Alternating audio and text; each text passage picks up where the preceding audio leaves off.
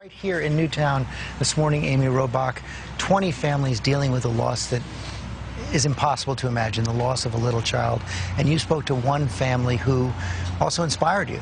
I have never been so moved or so impacted by an interview as I was after sitting down with the Ricos family and listening to them remember their little girl, Jessica, who was so violently taken away from them. She loved horses, orca whales, and of course, her family. Richard and Krista Ricos say that talking about their Jessica brings tiny moments of comfort. And she was a ball of fire. She ruled the roost. Our little CEO, we called her. You know, she was the boss. When the call came on Friday morning that Sandy Hook Elementary was on lockdown, Krista Ricos rushed through the town where she and her husband were both raised. And as I was running, I just kept thinking, I'm coming for you, honey, I'm coming.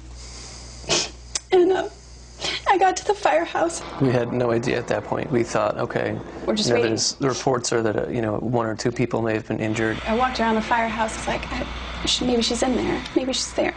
Yeah, I must have done 100 laps. I knew exactly what she was wearing. I knew I was going to see her little ponytail come around the corner and her jacket and her black glittery Uggs that she had on that morning. And I knew I was going to see her, and I didn't. There was still hope that because the children were hiding. They finally, around 1:15, asked everybody to sit down, and they said that it was a tragic day in Newtown today, and 20 children were killed. And they still didn't tell me my little girl was gone. There was so much panic and confusion when that announcement was made. The life was just sucked out of everyone in the room.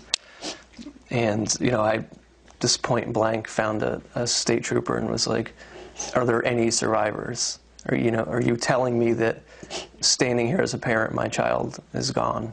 And he said, yes. Overcome with grief, the Ricos returned home. Got into her bed that she'd just gotten out of. And,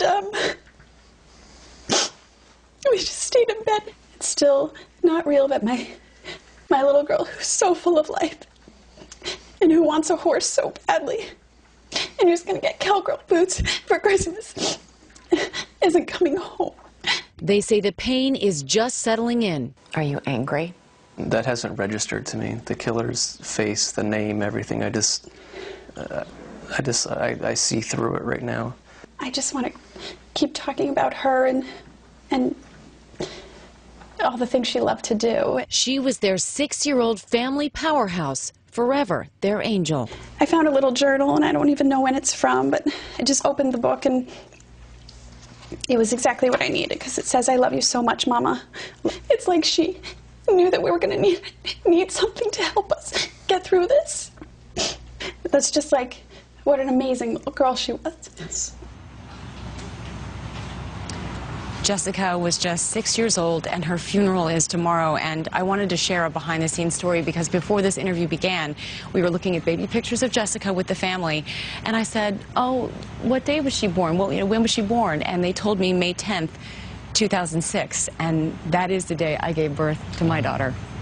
And I felt such a connection to Krista. Gave birth on the same day, and now her daughter was never coming home. And the impact of it was I felt it right here. And you could see it in their face, but to remember her and to be able to share her story with the country, let's hope that helps. And it's important to them and to all the victims' families that their stories are heard.